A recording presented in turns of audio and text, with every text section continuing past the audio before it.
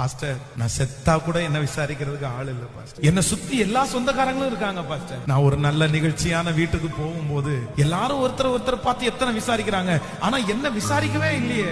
ஆனா ஆண்டவர் அந்த அங்கலாய்ப்ப பார்த்துட்டாரு. எனக்கு எந்த சொந்தமுமே இல்லை, நான் ஒரு தனியே ஆளா இருக்கிறேன் அப்படின்ற உங்களுடைய அங்கலாய்ப்ப கர்த்தர் பார்க்கிறார்.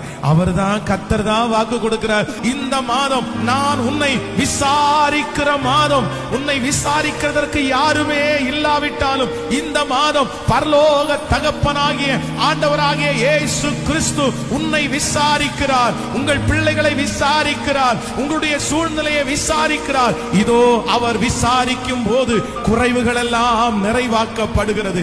அவர் விசாரிக்கும் போது இதுவரையிலும் கிடைக்காத பலன் உனக்கு திரும்ப கிடைக்கிறது. அவர் விசாரிக்கும் போது செத்து போன இடத்திலே மறு வாழ்வு உண்டாகிறது. அவர் நம்மை விசாரிக்கிற தேவன்.